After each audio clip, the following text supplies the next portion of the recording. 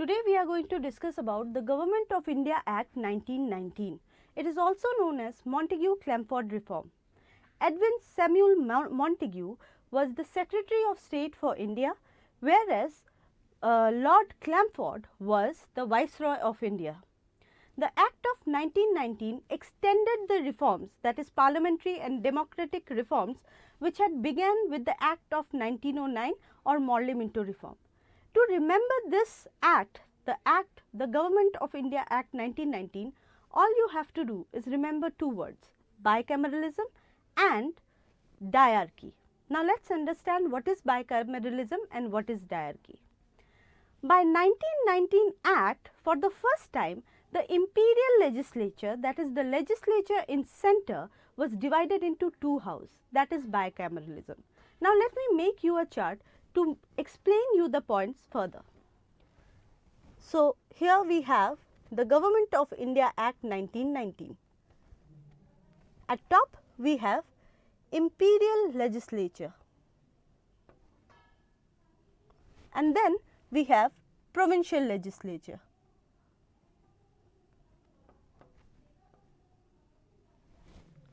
Students should understand that by imperial legislature, I mean the legislature which was in center.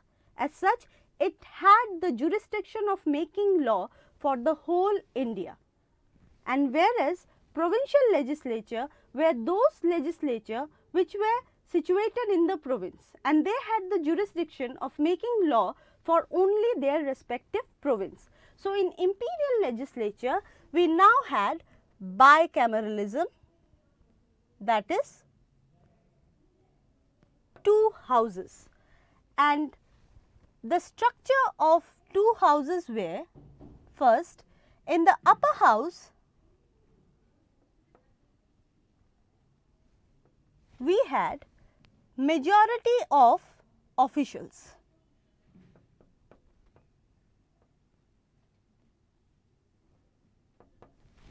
But in the lower house,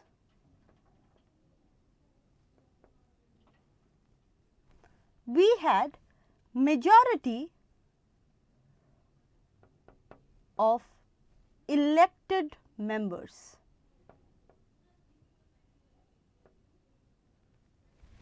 So, when a student understands or reads the Government of India Act 1919, he also has to see that by the Government of India Act, for the first time now we had direct election in the lower house.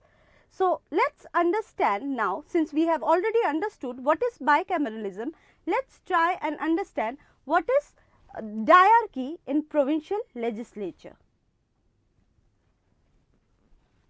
When we look at provincial legislature, in province, now we had diarchy. By diarchy, it means that though in provincial legislature the members were elected, the executive was now divided into two branches.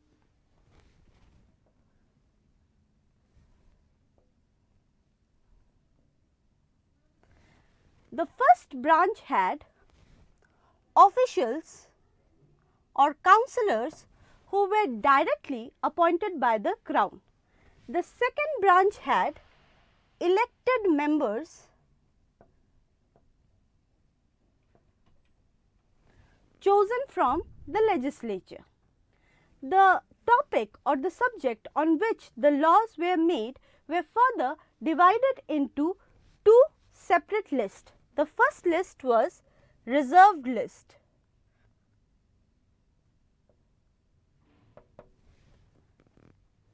As per this list, the subjects such as judiciary, defence and revenue were those subjects on which the members or only official members of executive could make law.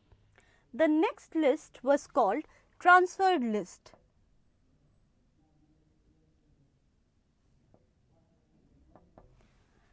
This list had subjects such as education, agriculture, and the elected members were given the right to make law in this list.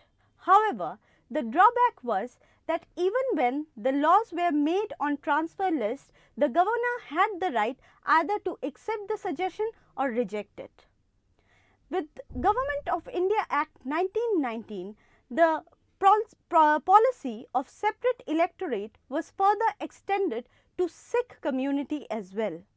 The other drawback of this act was that the election was also held in a restricted manner. It means that universal adult franchise was not practiced. Only those people who paid a certain portion of tax could come and cast their vote.